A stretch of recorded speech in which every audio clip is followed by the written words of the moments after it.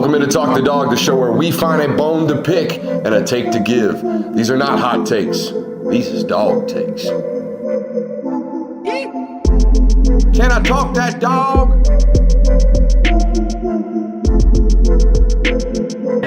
What's up? You like that? You really like that?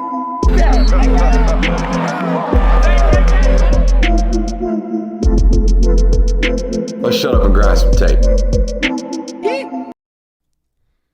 What is up, ladies and gentlemen? Welcome into the Film Guy Network on a wonderful Monday evening. I'm going to tell you what, if you're a Georgia football fan particularly, I mean, if you're a college football fan in general, you ought to be here. But if you're a Georgia football fan and you're not spending Monday nights here on the Film Guy Network, well, I just don't know what you're doing. I'm going to be honest with you. I don't really know what you're doing because the show slate that we have for you guys at 7 o'clock, open it up, just dropping hot knowledge with the film observations or the actual film study. And then we come to you right here at 8 o'clock for TTD, give you everything you need to know in a verbal form. All right, and then we followed it up with a national hour at 9 o'clock. If you want to be an up-to-date college football fan, by God, it's right here, right now, the place to be. Make sure you're hitting that thumbs up button, like, subscribe, and rate and review it. We got a loaded show for you tonight.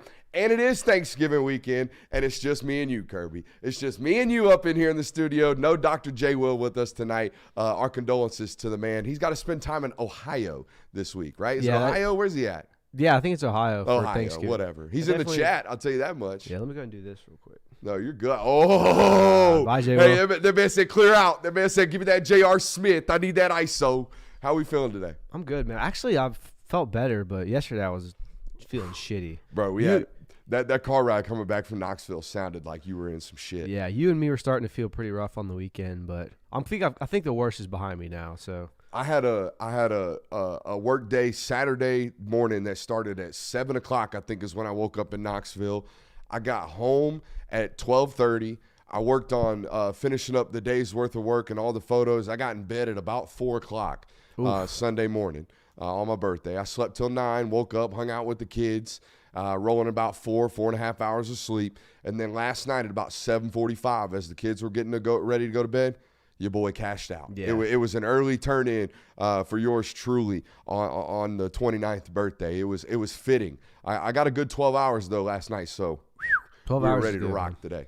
12 hours is good. Bro, 12 hours will go. I mean, 12 hours feels like 36 hours worth of sleep when you operate on a sleep schedule like yours truly does. But, hey, glad to have you here tonight. Glad to have you guys here tonight as well. Happy early Thanksgiving to you. We're going to work tonight. We're going to work tomorrow night. We're going to give you guys Wednesday and Thursday off as me and Kirby take those nights off as well. So glad to have you here tonight. It has been a tremendous year of college football and a tremendous year of growth here on this network. So we are very, very thankful for all of that. It is Monday, though, and I have film observations for you. We just had over 800 people in the video or the live premiere video of our film study that debuts, obviously, on Monday nights at 7 o'clock here. But I've got our overview, our general notes from today's study that I want to dump on you guys right here, right now. Carson Beck, man, holy smokes.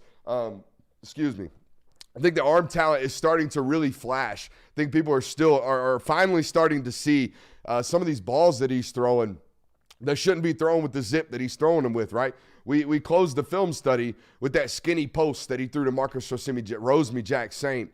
Man, he threw that ball like a 5-yard slant, bro. He threw that ball like it was from me to the camera right now. It was an absolute missile about 10 yards off the ground, as tight as can be. Was playing against some zone coverage Saturday from a Tennessee unit, guys, that's really old and experienced. Like, they weren't just playing slap-dick coverage out there Saturday. It wasn't just holes open galore. Carson Beck was playing on time, was throwing balls decisively, was throwing balls with tremendous pace and acceleration, and was just putting balls on dude's face mask for an entire football game, essentially. So much so that I think we had our first career Brock Bowers drop, maybe second or third drop. The second and 18, ball hits him right off the chin strap. He just wasn't expecting the football, Kirby. I mean, it just got on him too quick. Yeah, no, the only other drop I remember was in the 2021 SEC Championship, and that was when they were literally just in the second half like, all right, we're just going to feed Brock Bowers. He had a drop like, I think it was the last drive of the game before that loss. But other than that, he's been Mr. Shanahan's for sure. So it's been fun to watch. It's been an interesting thing to watch. I've never seen him be, oh, you didn't get your head around quick enough. You weren't ready for that football. That's not that guy. Typical standard drops are what you talked about, alluded to in that SEC championship game. Tough play. Every once in a while, you might let one slip. Very rarely do we see this guy just not prepared for a football that I don't think he expected, like I said, to arrive on him as violently as it did Saturday. Again, the arm talent is really, really starting to flash. This is something that the people in the know knew about this, man. This was a guy that came in early enrolled in 2019 during those Baylor bowl practices, and from day one, the moment this kid started throwing footballs inside the building, everybody was like, holy shit, we might have us one, right? We might have one of these guys that throws the football like a Sunday guy. Not a guy who's out here that needs to make processing decisions perfectly or manage games like Jake Fromm, or a guy that, just makes plays with his legs and is an extreme playmaker and is real savvy and makes the team play above themselves because he does. No.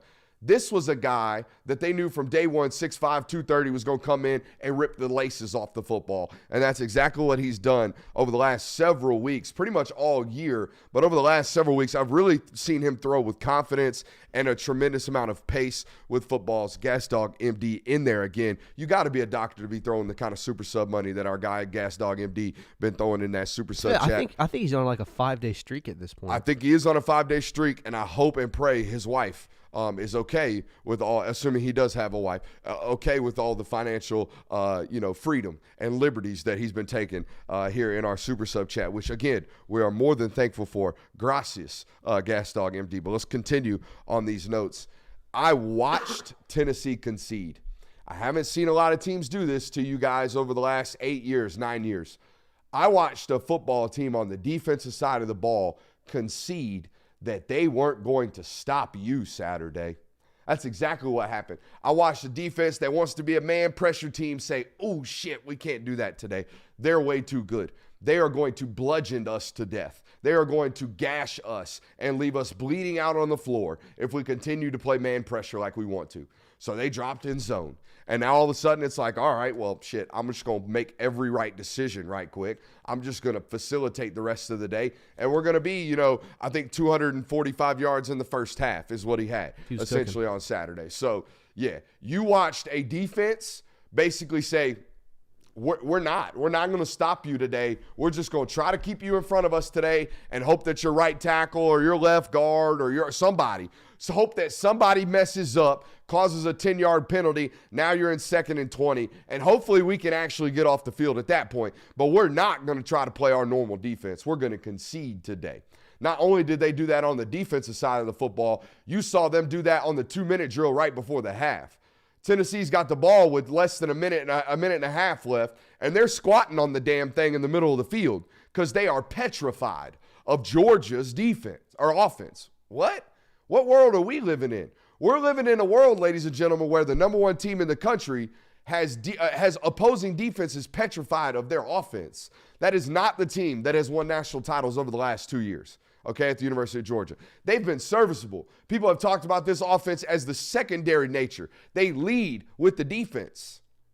Y'all watched an offensive football team in Tennessee, an offensive culture in Tennessee say, no, sir, we cannot do this today. We have to squat on the damn football. That was wow to me on Saturday. So that was interesting as well to watch. Carson, to wrap the bow on it, played lights out. He would have been 25 of 30 Saturday had Oscar Delp not dropped a football that looked a little bit, he looked surprised that he even came back to him all the way across the field at that point. But all that said, we're going to talk about the Heisman Trophy in just a little bit in the National Hour. All that said, he's still too boring. He's still too boring for national analysts to be out here pounding the table for Carson Beck to win a Heisman. We still got people doing it was Michael Penix, it was a rain game, it's okay, right? We still got people doing look at what Bo Nix is doing year 6. I understand it, all right? We still have Jane Daniels putting up video game numbers. All other talking points, and all above. Hell, I saw a national reporter, and Brett McMurphy does great work today, put out a list of 4 and put Marvin Harrison Jr.'s name on that ballot as opposed to Carson Beck. And guess what Brett McMurphy has? Brett McMurphy has a Heisman Trophy vote. So these things matter. How you go about playing the game of football matters with that type of award. And I know he doesn't care. I know you care. I know Georgia fans care a little bit. It means something to you, okay? It should, because you haven't had one since 1980, despite the fact that you've been one of the nation's best football programs basically every year except for about a 10-year span in the 90s, okay? You've been in the run and in the mix, and yet you can't seem to get one of your guys out here for this. And here's why, okay? You just don't care to do this. Your head coach does not care. He doesn't. So in the midway through the fourth quarter, for what, the third or fourth time this year, Carson Beck does not have a passing attempt. That's just what it is. That's what it's going to be. This football program just doesn't really care about winning those awards, right? They're just effective and efficient. They're not flashy. They won't be at that position until maybe next year. Next year and last year, you had these moments at the quarterback position, assuming Carson Beck leaves. I just slipped up. It's not gonna. Next year, you very well could have Carson Beck back. But assuming he goes, like we're going to talk about a little bit tonight, assuming he does go, next year it's back to flash and pizzazz, assuming it's Brock Vandagriff or Gunnar Stockton or whoever wins the job, right? Next year it's back to that. This year, it's chicken and rice, baby. It is boring decision-making. I find it fascinating. Y'all watch me do that. I had juice for 55 minutes watching that sucker throw the football. I love it. National analysts don't. It just seems a little bit too boring for them. 295, 24 for 30, 3 touchdowns, no turnovers, a drubbing. Doesn't really impress, okay? It is what it is. I thought this offensive line Saturday struggled to reset the line of scrimmage exactly like we thought they would. Okay, number 10 and number 21 for Tennessee, they are fire plugs. And if you noticed early to start the football game, Tennessee decided they were going to play both of them. And here's what you should know. And here's what I thought I did a good job of explaining on film study.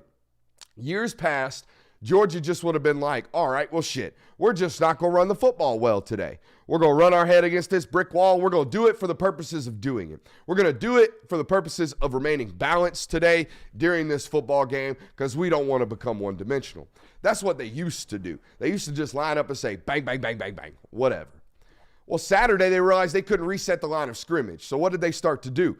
Immediately, this has not been a counter football team this year. They start running counter. All right, they can't run it up the middle. Immediately, they start running truck sweep. They can't run it up the middle. Immediately, Arian Smith, jet sweep.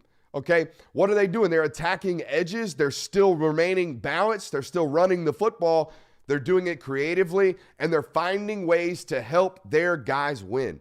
I get so freaking frustrated when offensive, defensive coordinators or head coaches come to the podium after a football game and they say, we just got to do a better job of executing. No shit, Sherlock. Thanks a lot for that one. What you also have to do a better job of is allowing or calling plays, designing concepts to help your football players execute. Saturday, Georgia's offensive line could not reset the line of scrimmage. So what did Mike Bobo and the offensive coordinating staff do? Well, let's stop asking them to do that. Let's start asking them or allowing them to block with some angles, block out on the edge, get out in space, block small guys with little guys.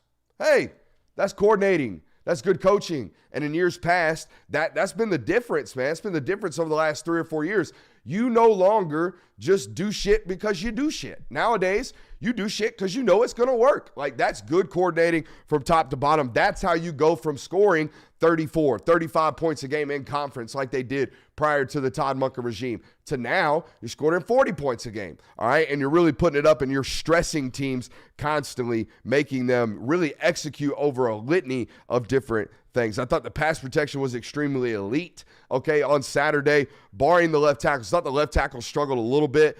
Both tackles, I should say, struggled a little bit, except for Marius. Not going to struggle much at all this year. Thought both of the other tackles really struggled with James Pierce's speed rush, something to pay attention to in Dallas Turner in the matchup coming in Atlanta. But I'm going to be honest with you, nobody's really blocked 27 this year. He's kind of been able to run past people with pretty much a ton of freedom out there. So I was okay with the way that they handled Tennessee's offense, or defensive line, I should say. I thought the offensive line played relatively well. Protection, like I said, was really, really, especially interiorly. Cedric Van Pran continues to just impress. But the man of the game, in my opinion, outside of the quarterback position, you guys already know it. It was Dylan Bell, number 86. Ra Thomas goes out with a bone bruise. And you know the story of Wally Pipp, right? I'm sure you've heard it. Yeah. Remind the audience. All right. Hey, good producer note right there, baby. So Wally Pipp was the first baseman before Lou Gehrig, all right? And Wally Pipp goes out with a sickness one day, and then Lou Gehrig goes out there, and Lou Gehrig starts or it was a Mickey Mantle, whoever. It was a famous Yankee. They go out there, start first base the rest of the time. You'll never hear about Wally Pipp ever again, okay? So what I'm trying to tell you is Ra Thomas was very, very serviceable for 11 games at the X position, really about 7 games. It took him about a month to really get warmed up. But, man, looked like, hey, this was going to be a guy. And Dylan Bell, during that time, was playing running back, and he was helping this roster out where they needed to help him out, balancing some of that missing pieces that were there from Lad McConkey earlier in the year, not being 100% available, all this good stuff. Was helping out the roster where they needed him to. But Saturday when Ra Thomas went down with a bone bruise in his foot, Dylan Bell assumed the role as the X receiver. They bumped Marcus Rosemi-Jack seemingly to the Z spot, letting Dylan do most of the, hey, you're out there by yourself when we motion to 3-by-1. And I'll be damned if he didn't come out there and, I mean, it's one thing to catch the back shoulder balls. It's one thing to take the top off the defense, which is what Ra Thomas did. But there's also, Kirby, something about that alleviates pressure on the offense when I can just say, hey, if I throw that guy a slant, that sumbitch might take it 65. Oh, yeah. Like when Dylan had the ball in his hand on Saturday, it was a noticeable difference in terms of electricity. It felt like every time he touched the ball, you were holding your breath, whether he was catching it or running it or even throwing it. He was truly a triple threat that game, and it was something that you haven't seen from a guy like that before. So it was very impressive to watch. I wrote in my notes, that dude Saturday was electric at the X position, where I feel like Ra Thomas is extremely efficient at the X position. You might get 9 for 90 from Ra, but what if we can get 7 for 150 from Dylan Bell? You see what I'm saying? Like that type of difference, man, that could really help you in a game that might come down the road in January or in December where, hey, we might have to score 45 points today. The defense hasn't done what they normally do, right? We actually have to go. I think their ability and what they found out Saturday was that Dylan Bell just might be able to be that quote-unquote guy. I thought the other thing that was noticeable, and I went back and listened to the TV copy. If you listen to the TV copy, you can noticeably hear Carson Beck's clap, right? You can hear the clap on the road, okay? And what that is the sound bulb, okay, over on the sideline picking that up. All right, now they toned down some of the crowd noise. It obviously doesn't, it's not, directly proportionate.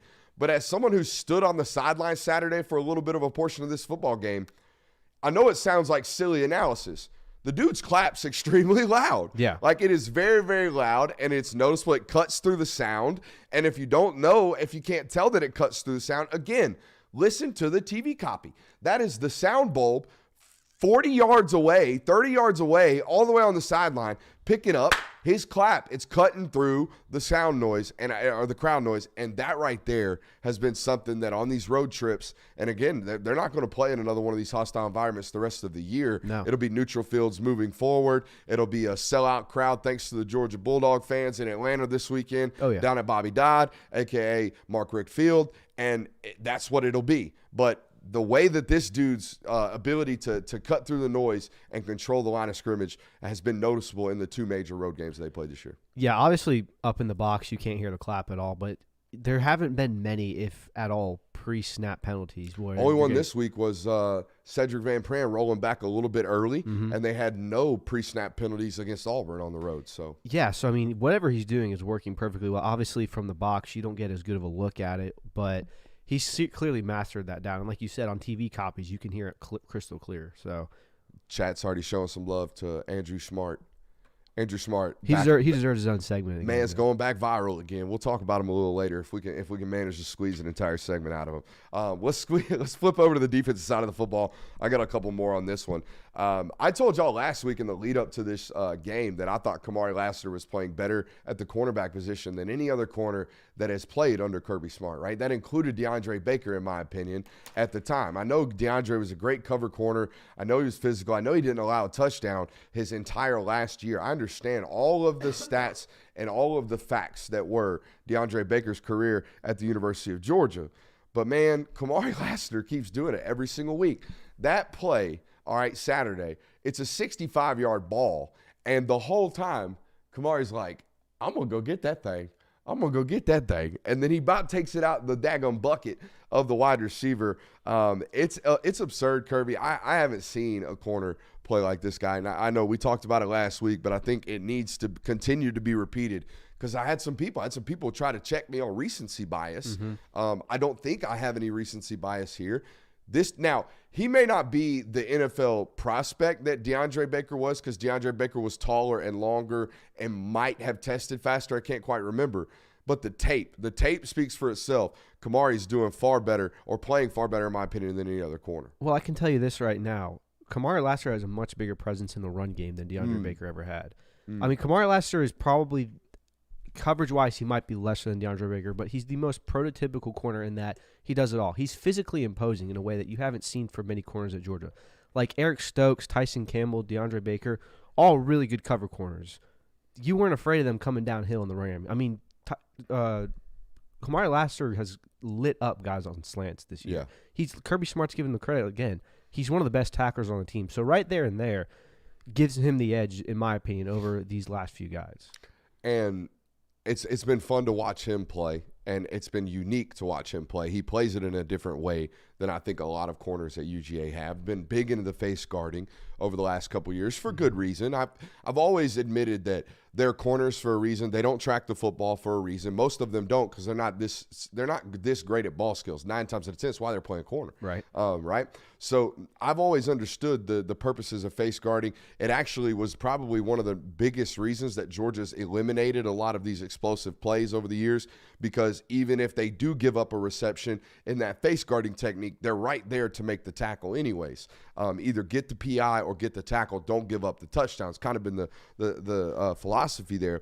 But it's been extremely fun to watch that guy kind of revitalize the way that they're allowed to play. If you have that kind of skill set, they're going to give you the freedom to play a little freely like they do him. The other thing that's been extremely fun, not just this year, but in years past and pretty much every year, is watching what this staff continues to do with the star position and how no matter who they play there. Now, granted, they've had some great football players, but it always seems to be my favorite player to study. It always seems to be the smartest player on the football field. It always seems to be the most instinctual player on the football field. And Tyke Smith has done nothing but confirm all of those thoughts for me this year. He's continued every single week to just dominate everything out in the flats. Yeah, he was a guy who this was the game where it was like, this is where you're going to prove whether you're a leader or not. And he passed all the boxes. He checked out every box, passed with flying colors. That one play where he blows up that slot receiver to get the tackle. I mean, I think that's the epitome of what Tyke Smith is just an imposing stopper within the tackle box and on string game. So, great game from him as well. Should we let's finish this up, and then I want to address some of the stuff that the chat's talking about right now, particularly with regards to Brock Bowers. Yeah. Hey, C.J. Allen made a missed key once or twice on Saturday, but, I mean, Jesus, that kid is special, man. Like, over the last 2 weeks, and it reminds me very much so of the way Smile looked at times last year. Over the last 2 weeks, number 33 flashes on tape more than anybody else, and it's flashing for like, wow, that guy's the fastest and most explosive and violent player on the football field. He's like 19 years old, okay? I don't know what it's going to turn into. I don't know what it's going to be. It's going to be like watching Roquan all over again. I don't do that. I don't like to make comparisons to a guy who's been top 3 in the NFL in tackles for 7 years in a row now. Pretty much since he got there. Yeah. Okay. Has reset all kinds of different markers and metrics for the linebacker position. I don't like doing that. I really don't. In fact, I stay away from all of those types of things because I know how great Roquan Smith was. This kid's playing better than any other freshman linebacker that they've had, and they've had a bunch of them play, man. They've had a bunch of these guys play. He looks decisive and plays the position instinctually and smart like number 17 did, like Nakobe Dean did. But like I said in that film study, Nakobe Dean could only dream of being this physically gifted. Okay, Nakobe didn't get to run his 40 because he tore his pec during the whole process. But I'm just going to tell you, fully healthy, Nakobe might be a 4.62 guy. Maybe. Like at best, if he trained it elite way. Okay, went out and spent time out in Arizona, worked with a trainer, and just all he did was train a 40, 4.62. Game speed way faster, all right? Don't get me wrong. But this dude's sub 11 on the track, okay, in the 100. This kid can flat out roll, and it pops up on tape every single time. The other one that's popping up on tape the last couple weeks is Mykel Williams. He is rounding into form. We talked about it, midway through the season that Georgia's going to have to find a disruptor, a play stopper, a real flash player, a game changer, if you will, down the stretch in the fourth quarters of these actual SEC championship type games and these playoff type games. Mykel Williams shut multiple series down on Saturday, basically by his lonesome. There was one series to start that football game where they're trying to stack consecutive 3-and-outs from Tennessee. Mykel Williams blows up a quarterback draw. They run stretch run completely away from him, okay, on second down. They get into a 3rd and 3. They have a winner on the outside, assuming that Joe Milton doesn't completely overthrow the guy, which is very plausible. But nonetheless, Mykel Williams bats the ball down. Boom, bring on the punt unit. All because 13 just hey, I'm here today. Good luck. Like that's the kind of stuff that this guy can do, and he's continuing to do these things week in and week out. Now, a lot of people will hear that, and they're like, well, about time. Okay, yeah, but this dude didn't get any spring practice. This dude barely got fall camp, and he's just now really getting comfortable as a sophomore that basically had to play his way through spring development that he would have gotten had he not been hurt for spring practice. So I'd be looking out for 13 to continue to make flash plays and continue to change football games moving forward down the stretch here. But here's the bottom line to me and to anybody listening tonight, particularly Tennessee fans that are somehow, some way found yourself over here. Tennessee is just not good enough right now at the quarterback position and the wide receiver position to expect them to have any type of sustained success against a Georgia football program because they are an offense that is predicated off the quarterback play and wide receiver play. Okay, they're banged up like hell out there at wide receiver. Their quarterback continuously on Saturday missed and overthrew critical 3rd downs in which his coordinator designed winners for him. You're never going to beat the number 1 team in the country with that type of recipe at the quarterback and wide receiver position, no matter how good you run the football, okay, because eventually you'll become a one-dimensional football team. Hey, that was my film observations. I hope you guys enjoyed it. Make sure you hit that thumbs up button, like, subscribe, rate, review. Welcome into tonight's show. We got a great one for you. We're going to give them 3 tonight as well. Not as loud and robust of a give them 3 without the boy Jay Will here tonight, but that's okay. Yeah, we need them extra sets of hands up in here, even though Jay Will, surprisingly small hands for a 6'7" individual. Just going to go ahead and say it. Put him on blast like that. Hey, I'm just going to let you know I scouted it. All right, I paid attention. All right. It's probably why he couldn't dunk as well as he probably imagined he could have back in the day. Small hands. Is Georgia peaking? We'll talk about it tonight. We'll give you that Knoxville and Neyland review for me and the boy Kirby. We got a little preview into the Georgia Tech matchup for you guys as well. And we will talk about Carson Beck's potential NFL draft discussion on tonight's show as well. Make sure you give a quick shout out to our friends over at Prize Picks. Okay, if you run over to Prize Picks today and you use promo code Brooks, you can get a 100, do you hear me? 100% deposit match over there with these folks. What does that mean? You put up to $100, you will instantly get matched $100 over in your account if you use promo code Brooks. I also want to give a quick shout out to our friends at the Athletic Collection. All these fine posters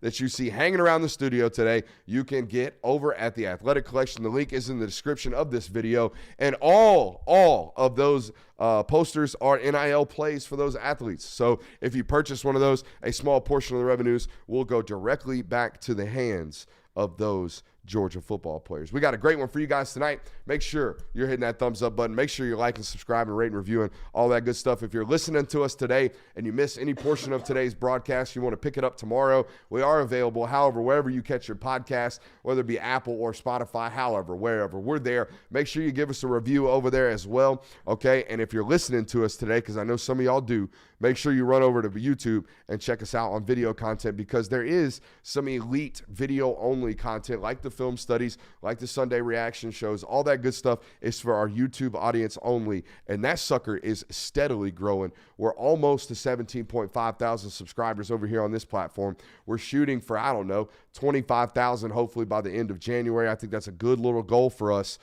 in about, what's that, 45 days? In 45 days, 40 days, I think we should be able to get ourselves to 25,000 subscribers. I think we're worthy of it. You guys think we're worthy of it. But the only way we can do that, is to keep spreading the good word and the good news about this program. Dude, went up to Knoxville this weekend. Sure did. Third road trip this year?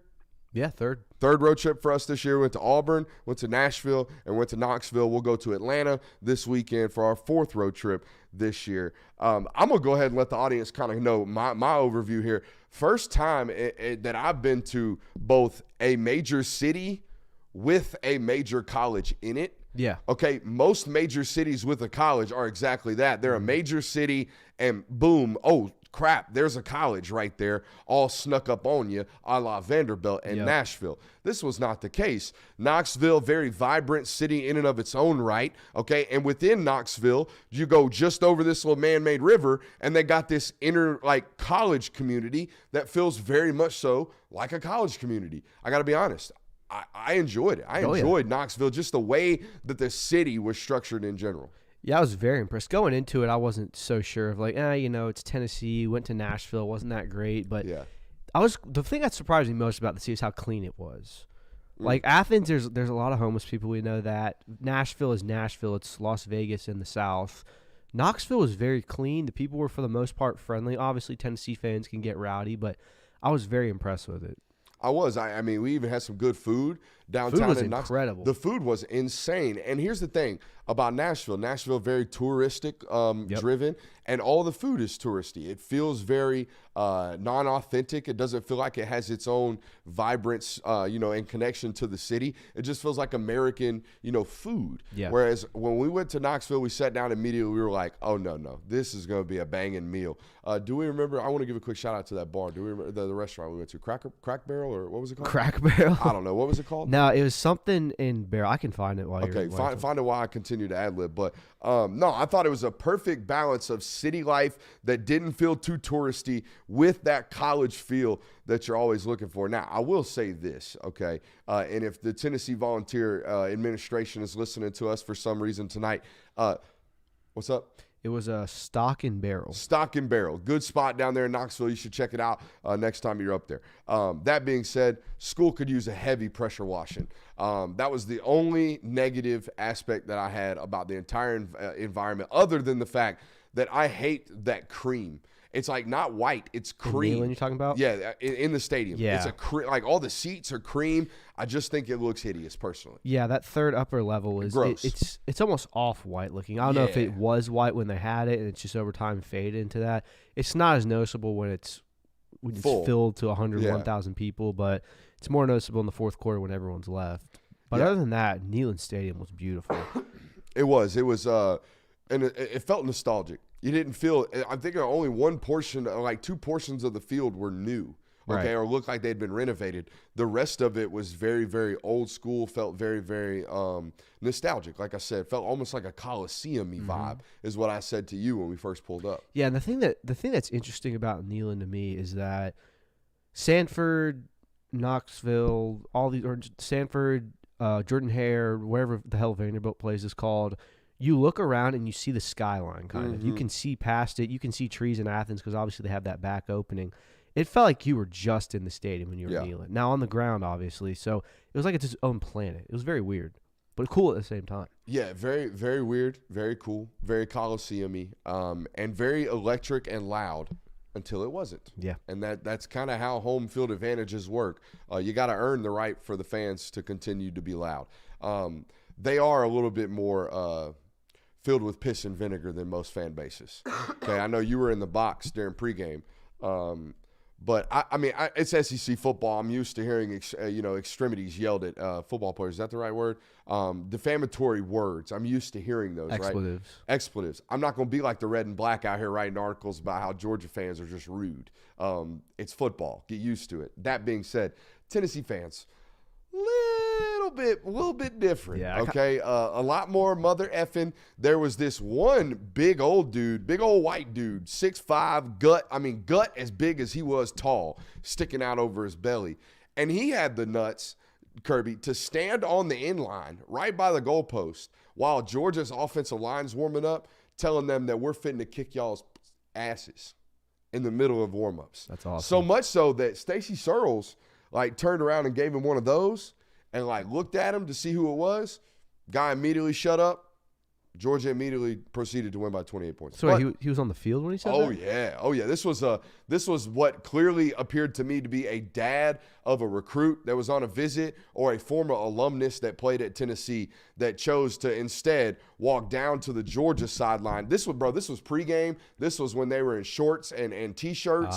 Okay, this was everything all the way up till right when they were walking out. All right, this guy was out there running his mouth about how they were about to dominate this Georgia football team. So, yeah, there is some different level of shit talk going on at this road game than some of the other ones that I've seen. They seemed like they thought they had a chance, for sure. Well, yeah, I mean, after you watch that first play and you kind of go, oh, shit, they might have a chance. But no. Not that defense. You didn't really have a chance. That defense came right off the sideline, and they were like, all right, well, it is what it is. Let's go on to the next snap. I think we should talk about that while we're here. Are you no longer – it's almost seemed like it's past the point of impressed the way that this football team seems to respond to these early game woes, man. This is 6 games in a row, or 6 games out of 11 that they've given up a lead to start football games, or maybe 8 football games, something crazy. It's a lot. Yeah, it's a lot. Are you surprised by how calm this football team continues to be? Because if they're calm on that, if they're able to answer and walk out and just be like, whatever, in that environment, they can pretty much do it wherever, right? Yeah, well, and this is one of the things I had for my give them 3 was what impressed me the most. You saw him do it in Auburn. Now, Auburn was a far inferior team to you. Auburn is a hectic environment. You saw him do it against South Carolina. He overcame a 2-score deficit, but you're at home. Doing it in Neyland Stadium when 101,000 people who are riled. I mean, they're coming off of one of the most explosive plays you can have. A touchdown run on the first play of possession. That's huge. They had all the momentum in the world, and Georgia just marched down the field, kicked a field goal, marched down the field again, scored a touchdown on a trick play. So that was by far the most impressive 2 drives for me, just because the circumstances you were in. It wasn't you were at Athens. It wasn't you were playing a much worse team. Tennessee, while they're not anything near Georgia, they're still a very good football team. They're a top 25 team. So that's what impressed me the most by that. So, yeah, I was still very impressed by that. And even though we've come to expect it almost at this point. Dolly Parton a little overrated? I don't want to say she was overrated, but her performance was pretty bad. I mean, come on. If the inner earpiece is really the problem, take it out. Listen to the stands. They were singing it with you. They had you back. Yeah. I thought it was a little look at me from the first get go. It was very much so, oh my God, Dolly's here. Also heard this pregame. She told the Tennessee administration and the SID department, I'm only meeting 10 people. This is a little nugget. I hope Jeff's okay with it. Jeff Santel gave me this nugget. Okay, she told athletic administration, bring me 10 people. And, of course, these are only 10 people I'm going to meet with. Everybody else I'm walking by. No pictures, no nothing. We're not doing this. I'm too old for this shit. I'm too old for this shit. Okay, we're not going to do the run them around. But what 10 people do you think they brought them? All right, Peyton Manning's 1. No. You're thinking about this the wrong way. It was boosters 1 through 10. It was boosters 1 through 10, man. Makes sense. They brought in the highest paying boosters that wanted to meet Dolly, and that was the only 10 people that got to meet Dolly other than the CBS interviewer.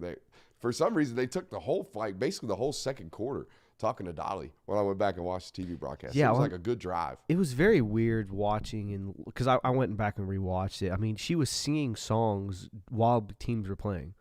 Like there was a play that one screen to Dylan Bell. I know she's singing a song. Like, and what what the hell? she told the CBS reporter she was singing to prove that she could still sing.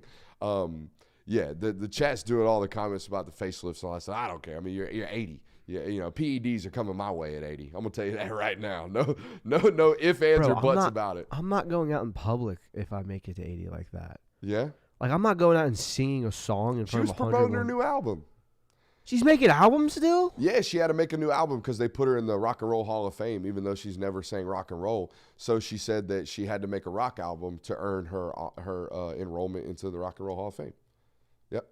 So yeah, at 80 years old, she's making albums. But I'm telling you right now, I've already decided.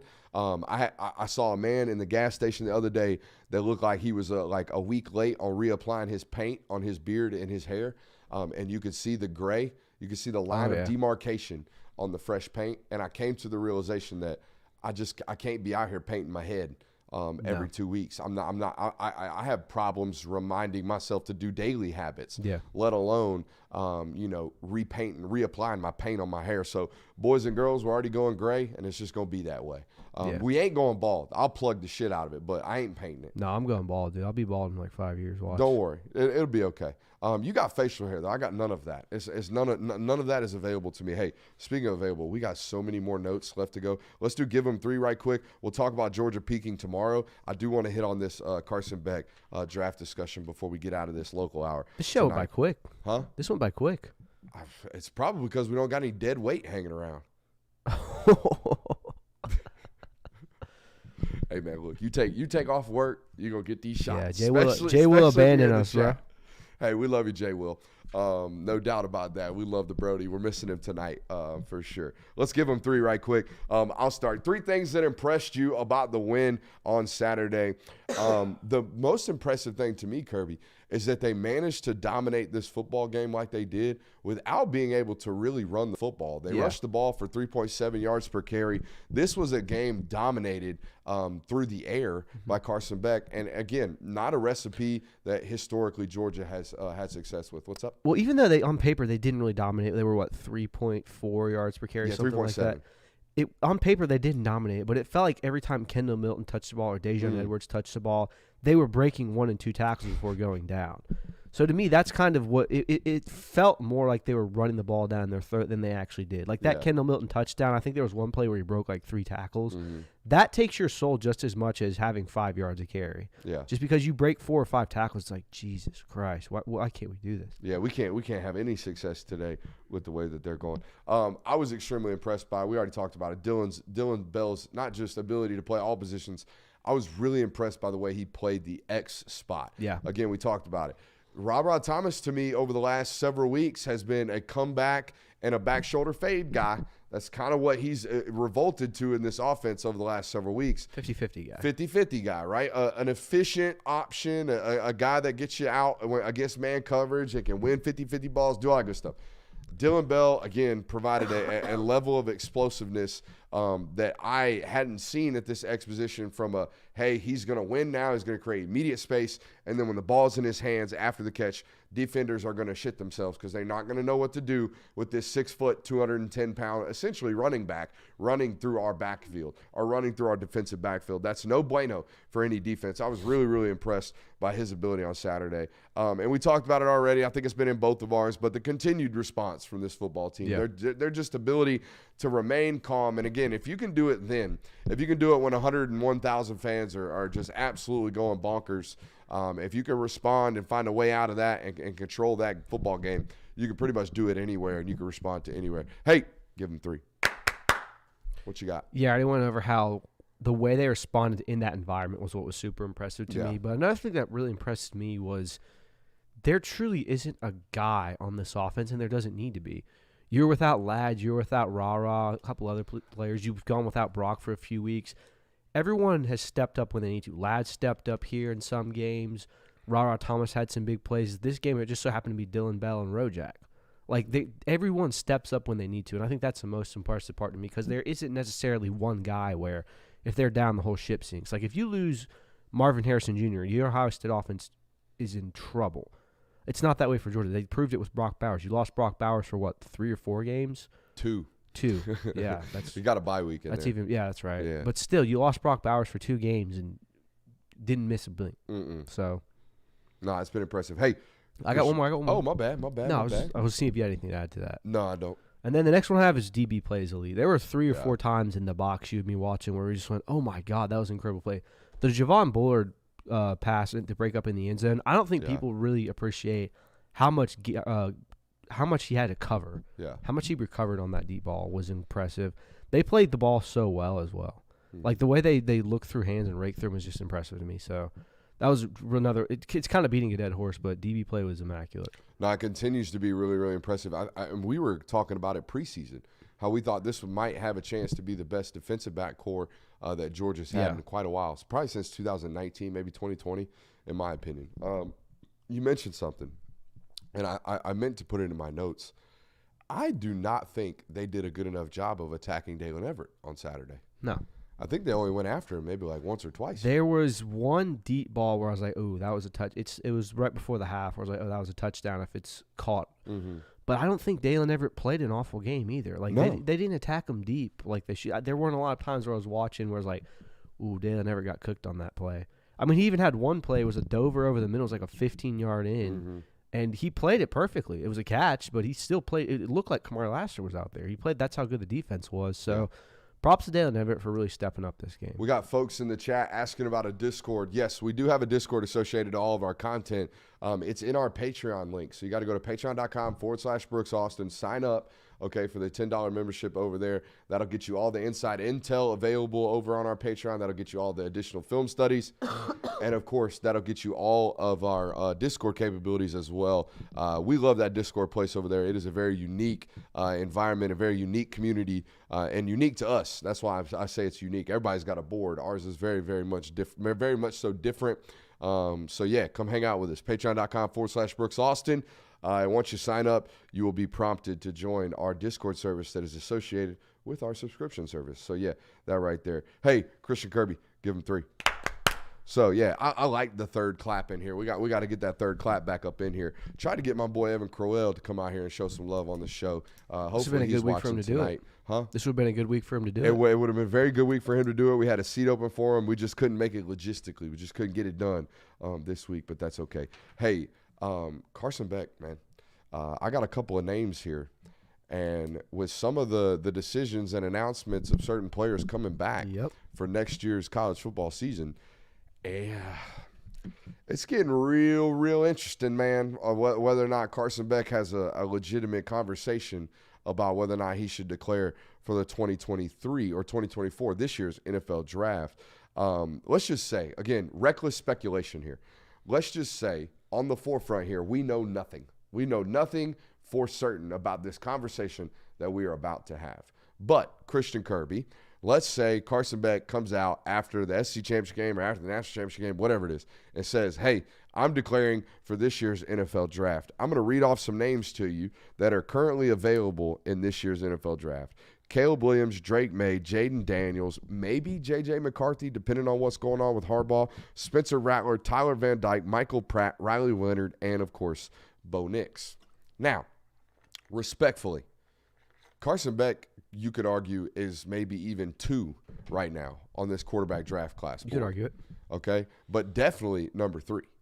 Okay, and that's where I would argue. I would say right now, if I were an NFL GM, I would feel comfortable about Caleb Williams. I would feel comfortable about Drake May. And then I would be sitting down in a war room deciding whether or not we were drafting or putting Carson Beck or Jaden Daniels at number 3 right now. Yeah, I mean, there's some people who have thrown in Bo Nix's name just because of the season he's had. I know how you feel about it, and I know what his past prior to this year says, but I've seen his name tossed around there as well. And look, man, there is value nowadays in college football experiences, right? If you, and he has more than anybody else in the history of the sport. It's one of the most repeated stat nowadays in college football, how much football this guy has played. And he is immensely talented in terms of his arm talent. He's obviously got a tremendous amount of athleticism. He's cleaned up all of the turnover issues. I can make a case, like I am right now for Carson Beck, that Bo Nix is a first-round draft pick. I'm right there with you. I can understand why an NFL team would value him. Hell, Kellen Mond was a high second-round draft pick. You know what I'm saying? Like, there is precedence for this type of stuff in the NFL draft. I personally, when I laid them out like this today, I thought, like, man, like, he's way higher than a lot of these guys.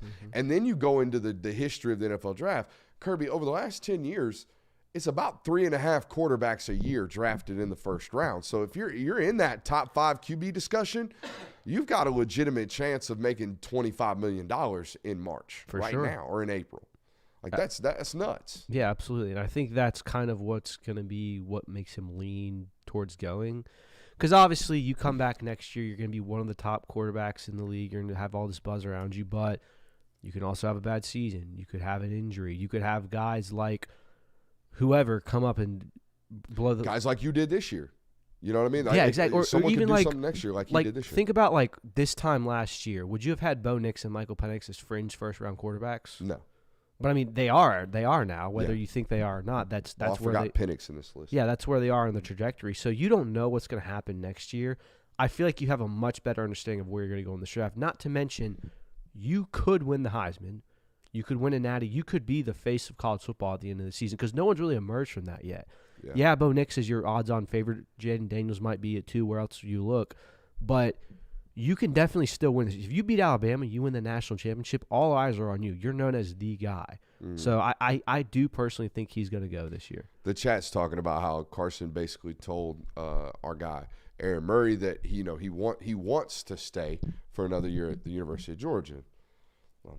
I want $1 million. I want a lot of things in this world, but there's practical, right? And the practical would be if this dude is evaluated as a top 30 selection, his ass needs to go to the NFL, and there's not much really to discuss on that front in terms of keeping him or holding him back or saying, no, we probably shouldn't do this. Also, do you think he's going to get any sway from the Georgia room? Because let's be honest. See, this is something the chat's talking about, and I don't know if you're talking about like actual influence from coaches or NIL influence. Which are you talking about? Influence from coaches. Okay. Well, then, not historically. Historically, Kirby and this staff has always been about player first. They always value, if it's a good decision for the player, they need to go. Well, I also think you have to realize in the back of your head, too, Carson Beck comes back next year. You can almost guarantee someone in that room transfers out. There's just too many big names. It's too talented for people to stick around. I don't want to say who transferred. I think we have an idea, but you're going to lose someone if you get Carson Beck to stay. It's such a great point because we sat here in the summer and all we talked about was the dream scenario for Georgia fans, because Georgia fans are freaking out about what you're talking about right now. The portal acquisition, the portal attrition, right? You're all worried. Who's going to be the next Justin Fields? Who are we going to make the wrong decision for and watch him go ball out somewhere else? And we said over and over again, best case for Georgia is that Carson Beck has a 4,000-yard season, has an invitation to New York, and gets his ass drafted in the top 32 picks. Like, that was always – and gets out and just goes. And guess what? Now you battle it out. Brock Vandagriff, Gunnar Stockton, whoever that, starts whatever. Loser goes somewhere else. Who cares? Whatever. But you don't automatically lose one because the guy's coming back and playing another year. That being said, man, it would make Georgia a substantial favorite for whatever in 2024, knowing that they would have the best returning quarterback in college football. Yeah, for sure. I mean, think about what your schedule is next year. You play at Bama, you play at Texas. Having a veteran guy who's in his 5th year, already has a season starting under his belt, is going to play in major postseason games this year. That's huge. The value on that's huge. It's a lot better than trotting on a guy who's going to be making his first starts of the season, or even a freshman, depending on who wins that battle next year if Carson Beck doesn't come back. So I think it benefits Georgia and Carson Beck for him to go this season. That's just my opinion on that. Whether he believes that or not, whether he chooses to stay, is up to him. I think I don't know. They obviously haven't made a decision, and they won't until the end of the season. Right. But I think a lot of NFL observers are they're going to wait and see what he does against Alabama. Yep. Not that they haven't seen enough already, but I've said it over and over again this year. Maybe he's outperforming this stigma, but these one-year starters, man, they got a stigma. They got a stink right now in the NFL draft with regards to the quarterback position. They are going to eventually start staying away from these dudes because there's not enough of a sample size to just know for a fact that this is going to work. That being said, like the stuff that we've evaluated tonight on Carson, none of that stuff makes you think it won't carry over. Right. Like if you're telling me he's elite because he's got great mechanics and he makes great decisions and he sees the field really, really well, those aren't things that are going to diminish when he takes a step up in the level of play. Yeah. I think that this picture is going to get a lot more clear after the Alabama game. Because if he has a great game, if he balls out, I mean, while they're not the team that they were 5 years ago, beating Alabama still has high value. Look at Texas in the playoff rankings right now. So you beat Alabama, you have a good game against Alabama, your stock immediately rises that much. He has a bad game. Maybe you're not NFL ready. You're a third, fourth round pick now. Let's see what you can do next year. He comes back. I think, depending on how he plays in that Alabama game, is what's going to be the real teller as to whether or not he's coming back. We'll only have 2 shows this week, and we're talking about him right now. Does he get an invite to New York? Well, yeah, he does, because Bo Nix and Michael Penix are going to play. So someone in front of him is going to. Exactly what I told my wife about booking flights this weekend or this morning. Penix and Nix should take care of themselves. Yeah. I'm not saying he's going to win the Heisman. I think whoever wins that football game and whatever happens with Jaden Daniels is the deciding factor. That being said, I think for 2 years in a row, a Georgia quarterback's sitting on the stage in New York. Yeah. That's I don't think we would ever, again, and I know Georgia fans are grateful. I know y'all understand what, because you went through the times, right? You've all been there. But, man, I don't know if a Kirby Smart-led offense 2 years in a row having a Heisman potential or candidate at the quarterback position. Two different guys in 2 consecutive years.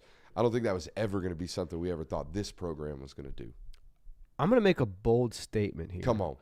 If Georgia beats Alabama in the SEC championship and Carson Beck throws for over 350 yards, he'll win the Heisman. You think so? If Alabama beats Georgia, Carson Beck's not even in New York. I think it's that thin of a line this year, just in the Heisman rankings as it is. Like, I mean, yes, Jaden Daniels are the odds-on favorite. I've already told you. He's going to be sitting on the couch December 2nd. Bo Nix, Michael Penix, J.J. McCarthy, Marvin Harrison, one of those guys are going to be playing. Carson Beck's going to be playing on that Saturday, so he has the chance to take the lead.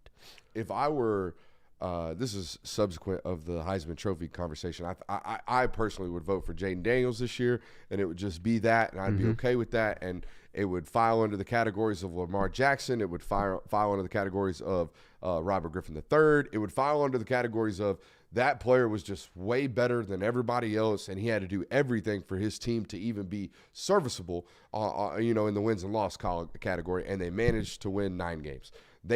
He would have that for me. That being said, if we see 350 yards or whatever it is this year or this week against Georgia Tech, and we see another 400-yard performance or a 400-yard performance against Alabama in a highly contested, highly watched football game that sways voters, then yeah, we're going to see him potentially win a Heisman. But here's my thing, Kirby. Heisman Trophy evaluators and Heisman Trophy voters, I'm telling you right now, they don't know what they've been seeing. No. There's no way they've been watching Carson Beck play football and go, man, did you see him hold the corner with his eyes and his shoulder movement right there? Did you see what he did on 2nd and 6 to make sure they had a 3rd and 2? Did you they don't care about all this stuff. All they care about is, look at that highlight. Look at that play. Look at that box score. That's the fault in Heisman voting, because you go on Twitter, you see all these highlights. You see Caleb Williams, you see Drake May, you see Bo Nix doing these things, and you go, I wonder how they've been playing. You go and look at the stat sheet, then you say, oh, wow, this person threw for 360 yards, blah, blah, blah, blah, blah. You do that with Carson Beck. It's like, all right, let's see what he's done. First of all, you're not going to see any of his highlights on Twitter because he's not really making flash plays like that. Then you go look at his stat sheet, it's like, this guy's a pretty middle-of-the-road quarterback. Oh, and by the way, he plays for Georgia. So he must have these 4- and 5-star receivers around him. So, yeah, of course he's going to be good. Dude, there was a Tennessee, I guess, radio reporter or somebody associated with Tennessee, like a verified, credible, got credentials type dude, giving opinions about that football game Saturday. And he mentions the word average with Carson Beck, talking about we let an average quarterback come in here and tear us apart. And that, your head right there, you're shaking your head. I'm with you. I'm with you. But I also know that if you're not educated, if you don't know what you're looking at, if you're just watching the box score, if you just watch him even play and you don't know what you're looking at, you're not going to leave thinking that that's one of the top 5 quarterbacks in America. No. Unless you know what you're looking at. And if you know what you're looking at, like an NFL scout would or like a football coach does, then you know that guy's playing some of the best football in America right now. this is such a weird comp for me, and I don't think that he in any way his game resembles him, but I feel like he's Tom Brady. And that to the casual fan, you look at him, you're like, what's so special about this guy? He's average. Yeah, he's winning a lot, but it's because his team and things like that. You have to really look and dive into what's making him so good. I think that's why Tom Brady, and obviously you had 20 years to do that with Brady, but you couldn't argue it, but you'll start to see that with Carson Beck the longer he plays, if he plays that long in the career, where it's like, oh, he might not be a Lamar Jackson or a Josh Allen or a Caleb Williams where he's going to run around and make these fancy plays, but he's a consistent guy and he's great, and that's what wins football games in the end. That's what creates longevity. So that's what he is. And again, Kirby said it over and over again. He had improved, man. There ain't been no big changes in the guy's play. He's been the same dude week 1 or start 1 to start 11. I feel like there has been some improvement. I think so too. I think he's been throwing the ball with a lot more confidence, all that good stuff. But in terms of where he's going with the football, what decisions he's making, how he's seeing the field, Kirby believes there hasn't been that much improvement. Hey, we got a whole nother show tomorrow night to preview Georgia and Georgia Tech. We also have a whole nother hour of show coming up right here on MBR, and it was a loaded week of college football. I got a lot of smoke for a lot of college football teams. You guys should sit around, all right, and watch us for another hour. Appreciate you. Love you. We'll see you in a second. Give it a 3 count and then hit end stream over there.